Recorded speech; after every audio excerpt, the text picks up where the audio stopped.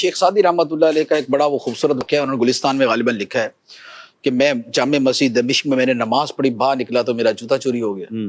تو مجھے بڑا افسوس بھی ہوا، دکھ بھی ہوا کہ یار جوتا ہی چوری ہو گیا۔ خیر میں ایسے ہی پیدل نکل آیا، آگے ایک برج تھا، اس پہ دیکھا ایک بندہ بیٹھا ہوا تھا، اس کے دونوں پاؤں ہی نہیں تھے۔ میں نے کہا یا اللہ تیرا شکر ہے جوتا ہی گیا ہے، پیر تو ہیں۔ پیر تو ہیں۔ بات یہ ہے کہ دنیا میں ایک سے بڑھ کے ایک آزمائش ہے، ایک سے بڑھ کے ایک تکلیف ہے، اور دنیا میں ایسا بندہ ملے گا ہی نہیں کہ جس کے اوپر کوئی تکلیف نہ آئی ہو، بڑے سے بڑا غم، تکلیف، دکھ۔ یعنی آپ غریبوں سے بھی ملتے ہیں، پیسے والوں سے بھی ملتے ہیں، میں بھی غریبوں سے ملتا ہوں، پیسے والوں سے ملتا ہوں۔ شاید پیسے والوں کو دکھ زیادہ بڑے ہوتے ہیں۔ اللہ اکبر۔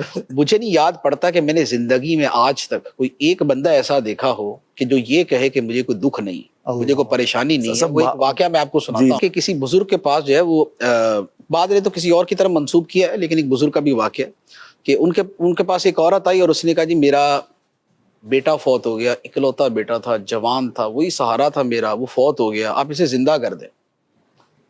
تو انہوں نے فرمایا کہ بھئی زندہ تو کر دوں گا لیکن ایک شرط ہے۔ اس نے کہا وہ کیا؟ اس نے کہا اس طرح کرو، شہر میں جاؤ اور کسی بھی جنا وہ گھر سے کچھ مٹی لے کے آؤ، گھر ایسا ہونا چاہیے کہ جس کے اندر کبھی میت نہ ہوئی ہو۔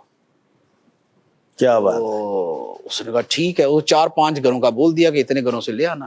وہ عورت گئی، اس گھر میں دروازہ کھٹکھٹایا، جی مٹی چاہیے، انہوں نے لے لو، آپ کے گھر میں کبھی میت تو نہیں؟ کہا نہیں، باپ تو فوت ہوا ہے ہمارا۔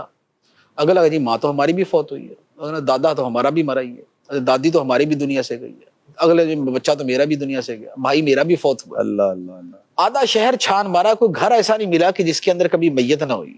وہ سمجھ آ گئی۔ وہ واپس آئی، آ کے کہنے لگی حضور ایسا گھر تو مل ہی نہیں رہا۔ فرمایا یہی تو سمجھانا تھا اللہ۔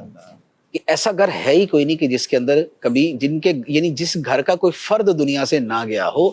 تو ہر بندے کے ساتھ کوئی نہ کوئی شے متعلق ہوتی، وابستہ ہوتی ہے۔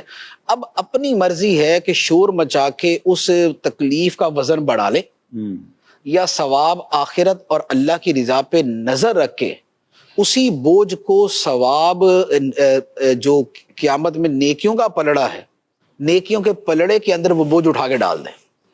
تو یا تو وہ بوجھ اپنے سر پہ رکھیں یا آخرت، یا وہ بوجھ اٹھا کے نیکیوں کے پلڑے میں ڈال دیں۔ کیا خوبصورت جملہ۔ تو جتنا بڑا بوجھ ہوگا تو پلڑا بھی اتنا ہی زیادہ جنا وہ پرزور طریقے سے جنا وہ فائدہ دے گا۔